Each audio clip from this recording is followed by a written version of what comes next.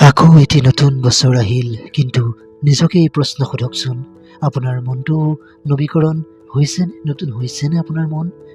কিয়নো সত্যটো হ'ল, বছৰটো সলনি হ'লেই জীৱনটো সলনি নহয়। মনৰ পৰিৱৰ্তন হ'লেহে জীৱন সলনি হয়। যদি এতিয়াও আপুনি আপোনাৰ মনৰ ভিতৰতে পুৰণি ভয়, পুৰণি ভাগৰ, পাৰ হৈ যোৱা বছৰৰ বোজাবোৰ কঢ়িয়াই লৈ ফুৰিছে, তেন্তে আপুনি অলপ ক্ষান্ত হওক, অলপ ধৈৰ্য ধৰক। গভীৰ উশাহ লওক আৰু নিজকে কওক, মই অতীতক এৰি দিছোঁ, মই নিজকে ক্ষমা কৰি দিছোঁ, মই শান্তি বাছি লৈছোঁ।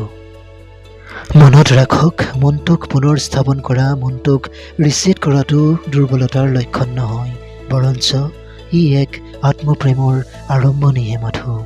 এই নৱবৰ্ষত, এই নতুন বছৰত নিজকে এই উপহাৰ দিয়ক, এটি শান্ত, এটি কোমল আৰু এটি সতেজ মন।